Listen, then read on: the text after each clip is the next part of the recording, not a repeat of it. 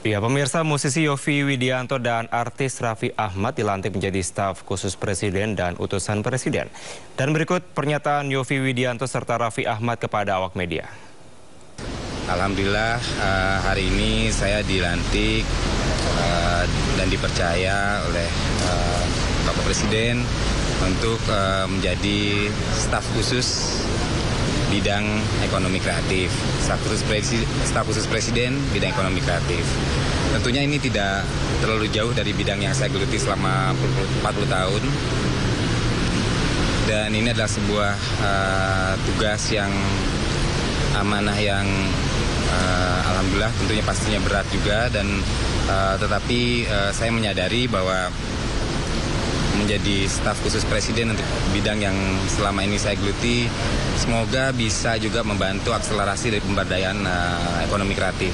Terima kasih yang sebesar-besarnya atas kepercayaannya dan atas kehormatannya kepada Bapak Presiden Republik Indonesia, Bapak Prabowo Subianto, atas kepercayaannya melantik saya menjadi utusan khusus Presiden dalam bidang pembinaan generasi muda dan juga pekerja seni. Alhamdulillah ini menjadi di mana saya bisa memiliki kesempatan untuk mengabdikan diri saya kepada tanah air tercinta. Mudah-mudahan apa yang saya lakukan di sini, saya bisa bekerja maksimal untuk membantu, meringankan, dan mengakselerasi apa yang sudah diarahkan oleh Bapak Presiden, Bapak Prabowo Subianto, agar bisa terpenetrasi dengan baik. Sesuai dengan bidangnya saja. Jadi itu kan kalau merujuk ke peraturan Presiden nomor 17 tahun 2012, salah satu tugas UKP itu kan melaksanakan tugas-tugas yang diperintah oleh Presiden di luar tugas-tugas yang sudah di-backup sama kementerian dan instansi pemerintah yang lain.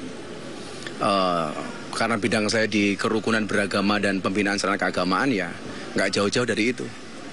Cuman memang ada salah satu tugas yang disampaikan itu adalah membangun komunikasi internasional terkait dengan moderasi dan toleransi.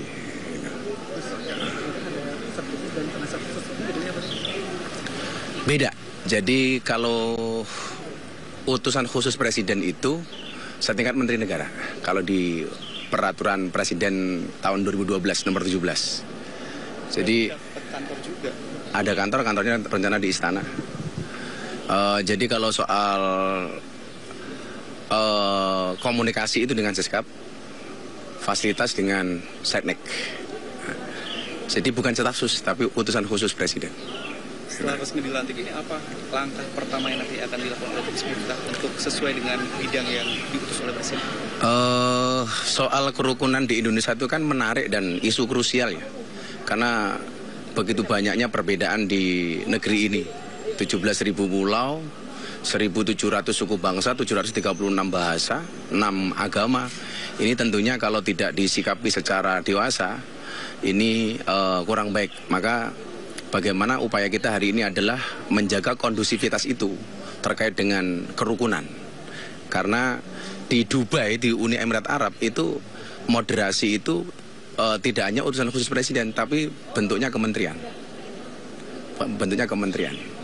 Ya, mudah-mudahan situasi bangsa ini tetap baik-baik saja sehingga tidak ada gangguan soal toleransi dan moderasi. Caranya seperti apa, Gus? Salah satunya mungkin kita nanti akan membuat semacam rumah moderasi kali ya.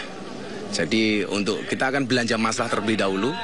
Setelah itu baru kemudian nanti kita cari solusinya. Kira-kira gitu ya. Nah, ya makasih. Bukan staf khusus, penasihat khusus saja. Ya, penasihat khusus. Agak beda sih, kan nanti memberi nasihat. Memang beliau waktu masih sebagai presiden terpilih, beliau sangat memberikan perhatian sangat khusus berkaitan dengan masalah haji di Indonesia ini. Dan saya memang beberapa kali menghadap beliau untuk dimintai beliau tentang berbagai macam pandangan, karena kan itu memang koordinasinya di bawah saya sebagai Menko PMK. Ya. Mungkin karena saya sudah memberikan beberapa masukan itu, mungkin beliau mempertimbangkan saya ditunjuk sebagai penasihat, salah satu penasihat beliau itu. adanya penasehat khusus haji ini apakah karena masalah yang lalu-lalu soal cengkarut haji itu, Pak? Saya tidak tahu tentang itu, tetapi yang jelas beliau, Pak Presiden Prabowo itu sangat memberikan perhatian khusus terhadap masalah haji. Dan saya tidak tahu apa yang melatar belakang beliau, karena itu beliau memerintah saya untuk mencoba membuat semacam analisis gitu ya. Kemudian saya sampaikan kepada beliau. Dan itu dalam kapasitas saya sebagai Menko PMK, kan itu di bawah koordinasi dan evaluasi monitoringnya kan di bawah saya. Sehingga saya cukup banyaklah data tentang berbagai macam masalah yang ada. Tetapi secara overall sudah bagus sih. Penanganan haji sudah bagus.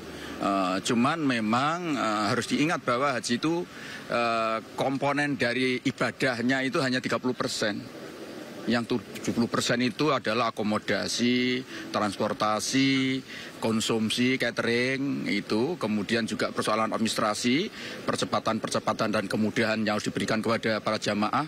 Sekarang juga sudah mulai ditangani dengan baik kan. Saya kira saya akan mencoba nanti mengumpulkan informasi-informasi, berbagai masalah, termasuk tata kelola kaitannya dengan hubungan antara pemerintah Indonesia dengan pemerintah Arab Saudi. Saya kira banyak hal yang perlu kita tindak lanjuti ya. Pak Muhadjir mulai ditunjuk itu kapan, Pak? Tadi pagi.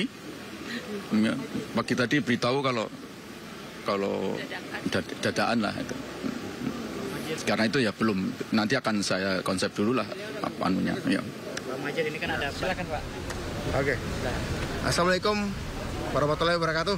Selamat siang teman-teman wartawan yang sudah nunggu. Saya Budiman Sudapmiko bersama istri. Tadi saya kebetulan dipanggil, diundang untuk menghadiri pelantikan sebagai Kepala Badan Percepatan Pengentasan Kemiskinan, yang mana pada tanggal 15 Oktober saya dipanggil oleh Bapak Prabowo Subianto di kediaman beliau di Kartanegara. Badan ini adalah badan baru, tugasnya adalah menyusun rencana induk pengentasan kemiskinan yang ada di kementerian dan lembaga di Indonesia,